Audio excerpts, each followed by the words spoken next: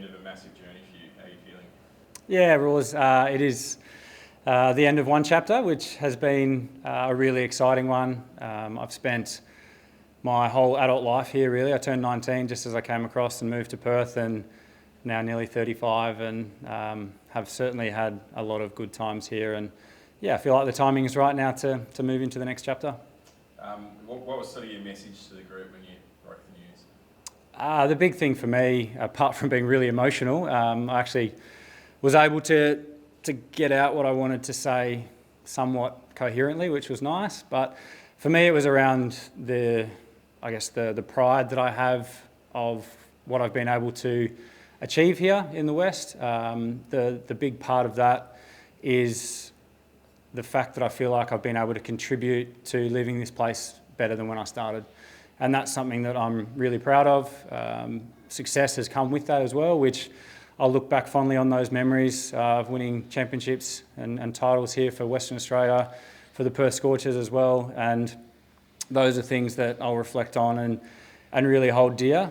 And for me, it's been so much fun. Like, I've been able to live my childhood dream, playing state cricket, to then have played some cricket for Australia as well. And the WACA has been my home for so long now. And that's something that is different to say now that I'm moving on from that, taking a step in a slightly different direction. Like, by no means is it obviously cricket finished for me. I've still got plenty of cricket left in me, but from a West Australian WA point of view, it's time to move on. Could you have imagined that you've achieved as much as you had when you started the WACA? Obviously, coming from Canberra, you weren't sure whether you were red ball, white ball. It's a hell of a journey for you. Yeah, it really has been a journey, and that's something that I look back on. And the other part that I'm, again, quite proud of is how resilient I have been. It's been no surprise to people who know me or know a little bit about cricket that I've battled with quite a few injuries over the journey. And to be able to keep bouncing back from setbacks, to still be able to achieve, like you said, I've achieved a fair bit over here, which I've been so fortunate to play in such an amazing era of West Australian cricket. That's certainly not lost on me, the guys that I've had around me for a long period of time. But yeah, to be able to sort of keep getting back up every time that I've had a setback, to continue to come back and play some good cricket, to be involved in the teams, to win trophies. To answer your question in a long-winded way, no, I didn't think it'd end up like this in terms of the success that I've been able to have, both personally and from a team point of view. So for that, I'm very proud and very grateful. It's a bit like picking your favourite child and all the rest. Is there any particular moment or achievement or trophy that stands out to you now that you have a little bit of time to reflect on your career? Yeah, you're right. It is hard to pick a favourite, but there's a couple that really stick in my mind. The first one was our first Big Bash title, and the reason for me that's still so vivid in my memory, I was actually fielding on the eastern side on the bank here at the WACA ground, and every game pretty much throughout that season was very tight. So we were winning games in the last over, always on the sort of last ball, those sorts of things where we didn't know which way the result was going to go. But we put ourselves in a position in this final to know that we were going to win with maybe an over or two to go. And it gave me a chance to sort of soak up the atmosphere, really embrace the crowd, and have such fond memories of this place being absolutely packed. The crowd was going absolutely nuts for us as well. And to be able to just soak that in and really embrace that and just get immersed in that. So that memory for me will always be etched in my mind. And then the other one for me that really goes back to that really special place was when we were able to win 3 one-day cup in a row. So that was something that we'd worked so hard over a long period of time. I'm not sure how many we won in the space of sort of 5 to 7 years, but I think I was involved in 5 of them, and we won 3 in a row at the back end of my career. And to be able to be that consistent in that format for 3 consecutive years was something that is really, really special to do as a group, and it's very hard to do as well. So that's also got a very special place.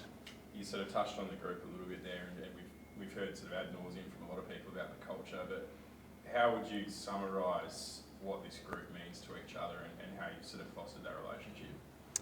It's very tough to summarise such a bond in I guess words, but it's something that has been built over a long period of time. And you think about anything in life that's worth something, it generally takes some time to build that, to get better at something, to manufacture something, to grow something. And that's something that is not lost on, I think, anyone within this group that's been around for at least a few years and is starting to be immersed in the family here. We worked really hard on building something that we were proud of and that we could all reflect on and say, again, from my point of view, to say that I've been involved in something that means more than just cricket, and it also feels like we're leaving the game in a better place than when we first came into it. And within that journey as well, you're obviously pretty active in a lot of areas outside of cricket in various ambassadorial roles. How much pride does it feel you to see things like the WA Cricket Foundation, just the organisation as a whole, represent values that better society generally? Well, values are at the core of everything we do, and if we don't have a solid set of values, I think we lose direction. And that's something that personally in my life, I know where I want to go, and I'd like to go with my family and have those directional values and goals. And it's the same within the organisation, and that's something that has been so clear for so long. We keep striving to live those values every day, not just when you step foot into the WACA, but also when you're out in public, when you're living your everyday life. And that is something that's so encompassing and so wholesome that means a lot to us as players, but as an organisation as well. I think we can be really proud with the way that everyone has bought in from the top all the way down to live those values and to really show particularly Western Australia, but what it means to be a successful organisation and an organisation as well that actually cares for people as people, not just a staff member or a cricketer. What's next for you then? Obviously, there's been a fair bit of change the last few months and the last couple of years. What's next on the cards, and how do you see the next few years panning out? Yeah, well, it's probably a change in wardrobe, I think, is one part. So I'll have a little bit of wardrobe space now. But it's a really exciting move for me, Roars, and that's something that I look back at, and as we've touched on a bit about the way my journey's panned out, the next chapter looks really exciting for us as a family.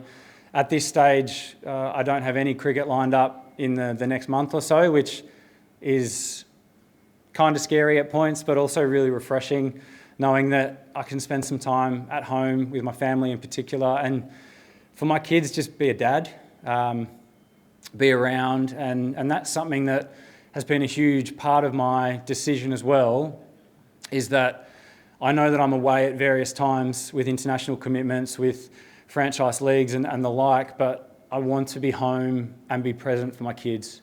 In particular, things like school pickup and drop off, which a lot of people will say are mundane tasks and they don't want to do them, but for someone, obviously pretty emotional about it, but to be able to do those things that I don't always get to do, to spend some more quality time with Javelle, my wife, to take her out on a date night every now and then that will hopefully get more frequent as opposed to less frequent. She'll certainly have a way of making sure I kick into gear there. But yeah, it's something that I've worked a lot at in my career, is sort of being like compartmentalising, sort of when you're at cricket, wholly focused there. When you're at home being a dad and a husband, you're focused there. And now I feel like the balance is shifting a little bit more, so that when I'm at home, I can be 100% present and really give my family what they deserve from me, and be able to really immerse myself more in family life, which is so exciting. It must have been nice to have shared this stage of your career with your kids as well. Obviously, your two boys are at an age now where they're starting to process their surroundings and get excited about things that you're getting excited about. How much pleasure do you take from that, sharing with the two boys? More than I can probably put adequately into words. That was part of our decision to try and start a family when we did, knowing that I'm not going to play cricket forever, and that I'd love for them to see a portion of my career and what I've been able to achieve and do, and they've seen a lot of amazing places in the world. They've seen us win a lot of trophies too, to the point where Harrison said to me at one point when we didn't win, he said, "Daddy, where's your trophy?" And I said, "Well, mate, like, unfortunately we can't win them all." And he said, "But you do though." So that was a stage where, again, we won back-to-back Scorchers titles, we'd won back-to-back WA titles, and almost every time he watched me play a game of cricket, we won. So that goes back to obviously the amazing memories that we've been able to create as a group, but my family have been along for the ride too, which is really special. The move, obviously going to play a different BBL club now as well. The main thing the boys were really excited about was going to the aquarium in Melbourne.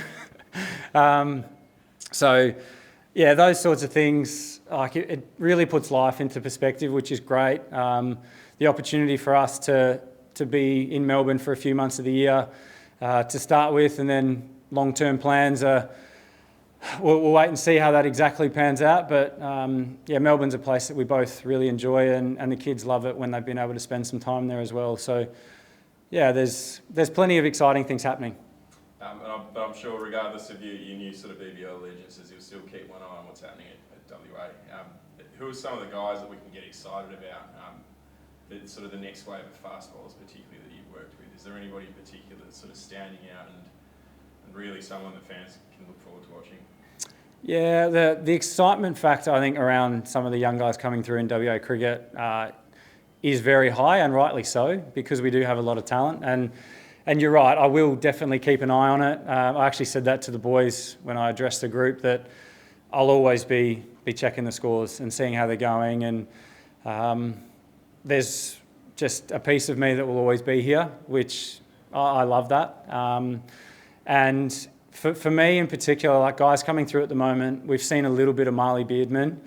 He can bowl 140 k's an hour. He's taken some wickets in some one-day games and for the Scorchers. So I think he is a very exciting prospect that looking forward, fast track 2, 3, 5 years, he could be potentially one of the leaders in this group from a bowling point of view, which is very exciting. So he's my one in particular that the fans should really get excited about, and also not get too disheartened if he comes up with an injury or something like that, because young fast bowlers do. We've all unfortunately been through it, whether it's your back, whether it's a knee, a shoulder, something like that. So make sure you keep the faith and stick with him, because he's a very exciting cricketer.